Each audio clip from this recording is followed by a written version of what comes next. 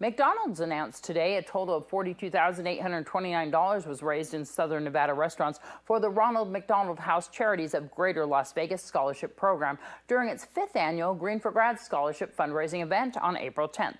KPVM-TV News 46 was proud to volunteer for the 2nd year during this event and serve patrons at our local restaurant. Over the past 5 years, local McDonald's owners and operators have raised over $270,000 with their annual one-day Green for Grads Scholarship fundraiser. The annual diaper run will be held this Saturday at J-Mar Customs on Highway 160. It's going to be on Saturday, May 16th. And it's a run that we have every year for a local charity, the First Choice Pregnancy Center. And we invite all the motorcyclists in Vegas and up here in Pahrump to come out, and we have about a 115-mile run. It's a poker run, and we have all these stops where you'll stop at each stop and get a poker card. And then it's going to start at J-Mar Customs on Highway 160. And it's going to run around and then end up at Lakeside on Homestead Road. It begins at what time?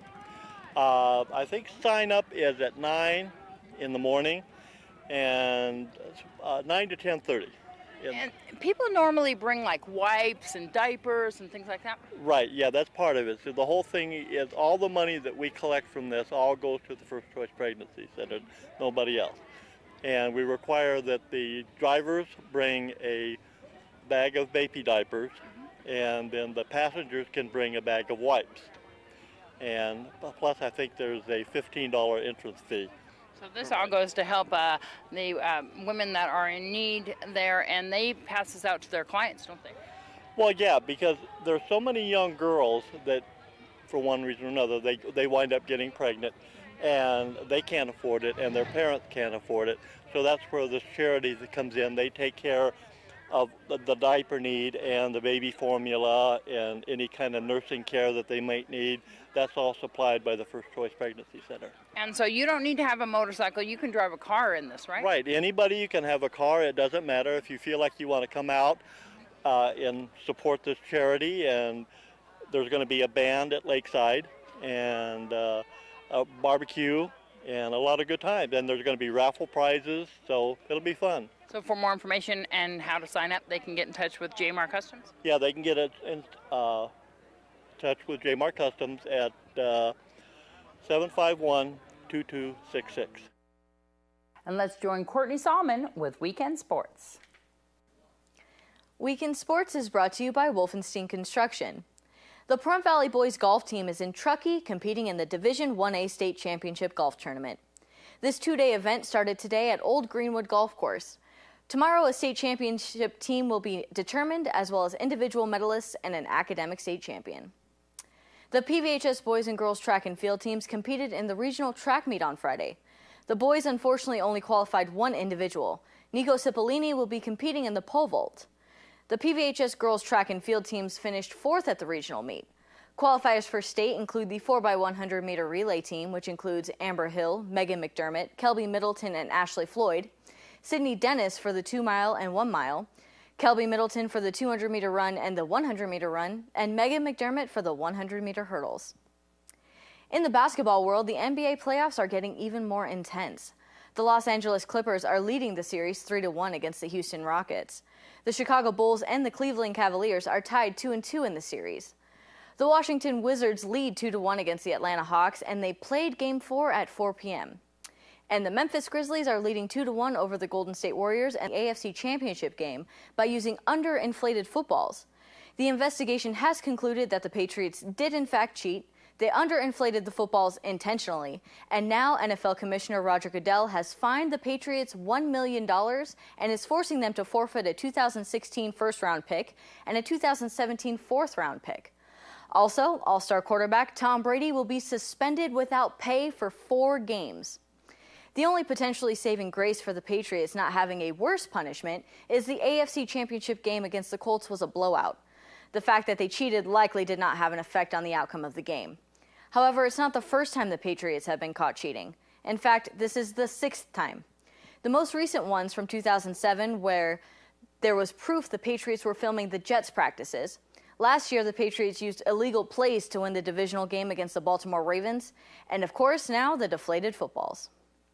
This has been Weekend Sports. I'm Courtney Solomon with News 46. And here's an update with Darby O'Donnell, RJ Lloyd, and Joe Hayden at Fitness for 10 Peak Performance. It's going good. I lost a pound this week, which gives me a total of 18 pounds lost. So no Nikes now, or what? I'm going to buy the Nikes. So how's it going? Are you feeling good this week? What's going on? Yeah, I'm feeling pretty good this week, and I thought we had a nice little workout. Darby's doing great. She lost about a pound, a little bit over a pound. I want to see a little more out of her, so I gave her a 3-pound loss for next week. I know she'll hit that goal. She's pretty gung-ho about getting it done, so I think it'll be done. I mean, Darby was talking about different muscle groups, different exercises that are very unique that you're using. yeah, I mean, it's been done over time, but it's new to her. Like, for example, when we did our pectorals today, we did incline and decline, so we hit targeting the areas at a different rate, a different way, upper pectorals and lower pectorals, as opposed to just a flat bench, which is overall pec.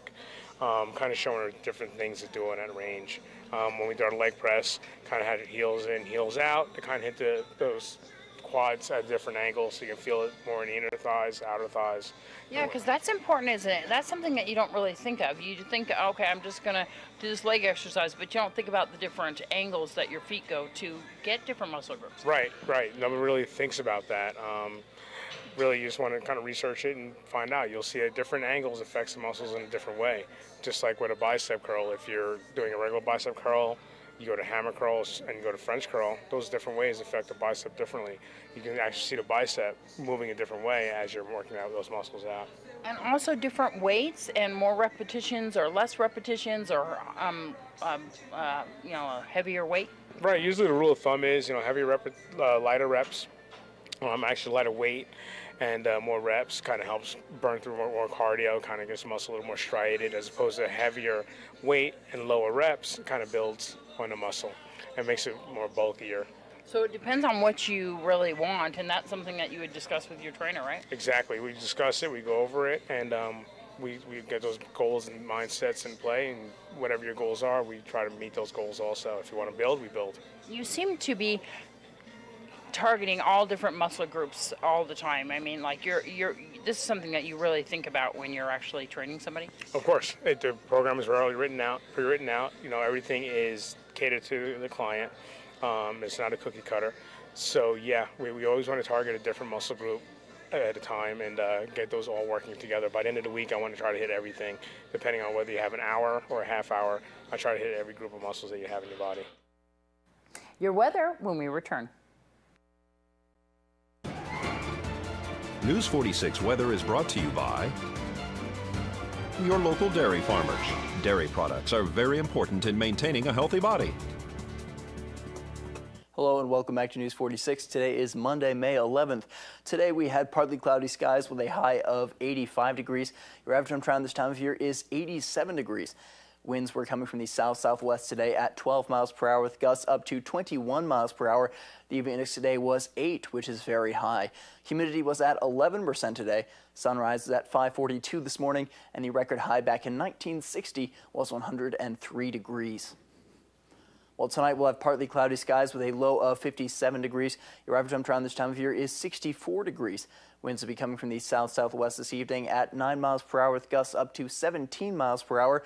Humidity will be at 25%. Sunset will be around 7:40 tomorrow. Sunset will be around 7:40 this evening, and the record low back in 1938 was 47 degrees. Well, tomorrow we'll have partly cloudy skies and high winds. We have a National Weather Service wind advisory effective tomorrow from 11 a.m. until 8 p.m. And that will be affecting western Clark, Nye, and Esmeralda counties. And we can be expecting winds from 25 to 35 miles per hour coming from the south-southwest with gusts up to 40 to 50 miles per hour. So you might want to keep that in mind when planning tomorrow and also make sure you're safe on the roadways. We'll have a high of 85 degrees tomorrow and a low of 54 degrees.